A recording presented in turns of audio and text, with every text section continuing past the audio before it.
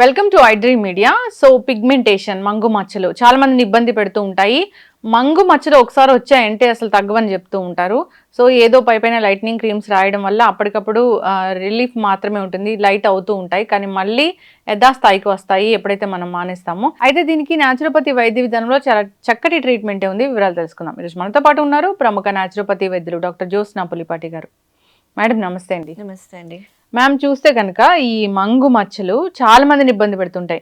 Pigmentation once వచ్చిందంటే దానికి చాలా చాలా కారణాలు ఉన్నాయి, ఇది పోవు అని చెప్తుంటారు. కానీ మీరేమంటారంటే రకరకాల థెరపీస్ ఉన్నాయి, న్యాచురోపతి వైద్య విధానంలో దీన్ని పూర్తిగా తగ్గించవచ్చు అన్నారు. అసలు ఎందుకు వస్తాయి, ఎలా తగ్గించుకోవాలి, న్యాచురోపతి దీని గురించి ఏం చెప్తుంది? సో మంగు మచ్చలు అండి యూజువల్గా మనకి ఆడవాళ్ళు ఆఫ్టర్ 30s లేకపోతే ఎస్పెషల్లీ ప్రెగ్నెన్సీ డెలివరీ టైంలో మనం చూస్తాము.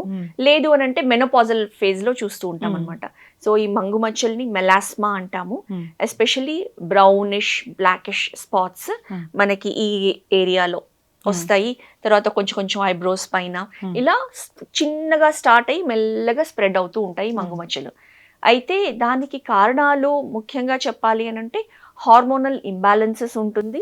అంతేకాకుండా మెయిన్గా ఏమవుతుంది అని అంటే మన స్కిన్లో మెలానోసైట్స్ అని చెప్పేసి సెల్స్ ఉంటాయన్నమాట. ఇవి ఈ పిగ్మెంట్ మెలానిన్ని ప్రొడ్యూస్ చేస్తాయి.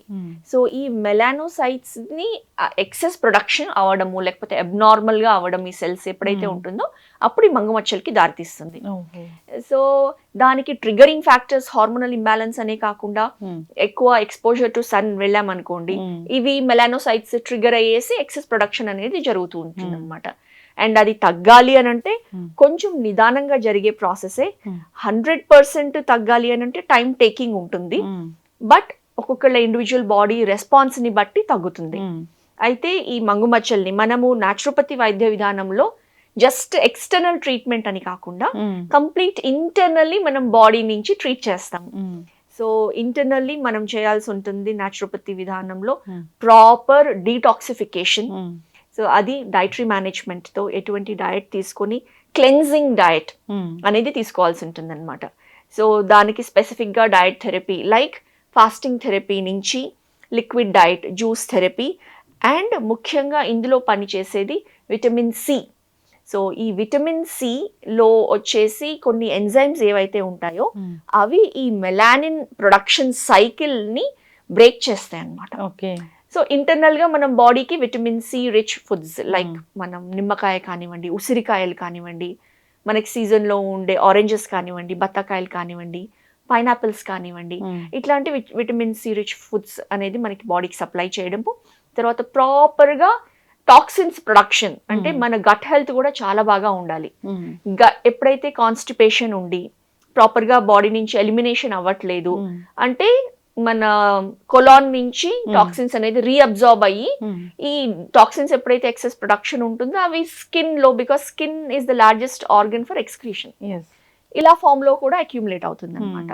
సో మనము డీటాక్స్ డయట్ అనేది ఇంటర్నల్ గా డయట్ పెట్టుకుంటాము. నెక్స్ట్ ఎక్స్టర్నల్ గా, అంతేకాకుండా ఎక్స్టర్నల్ గా వచ్చేసి సమ్ రెటినాల్ బేస్డ్ కానివ్వండి, న్యాచురల్ లైక్ లైకోపీన్ అనేది మన టొమాటోలో ఉంటుంది, అది అప్లికేషన్ చేస్తే కూడా ఎక్స్టర్నల్ గా it will help lighten the spots అన్నమాట. కాకపోతే ఇది లాంగ్ లాస్టింగ్ అని మనం చెప్పడానికి కాదు, బట్ ఇట్ విల్ హెల్ప్ అన్నమాట.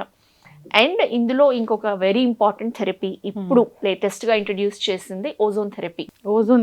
ఓజోన్ థెరపీలో ఓజోన్ అని అంటే నథింగ్ బట్ ఆక్సిజన్ కి 1 మాలిక్యూల్ ఎక్స్ట్రా యాడ్ అయినప్పుడు ఆక్సిజన్ లో O2 మాలిక్యూల్స్ ఉంటాయి, ఓజోన్ లో 3 మాలిక్యూల్స్ ఉంటాయి. సో ఈ ఓజోన్ కి చాలా స్పెషల్ ప్రాపర్టీస్ ఉంటాయి అన్నమాట మెడికల్ హెల్త్ లో. And especially skin lightening treatments కూడా ఓజోన్ థెరపీ ద్వారా చేస్తాము.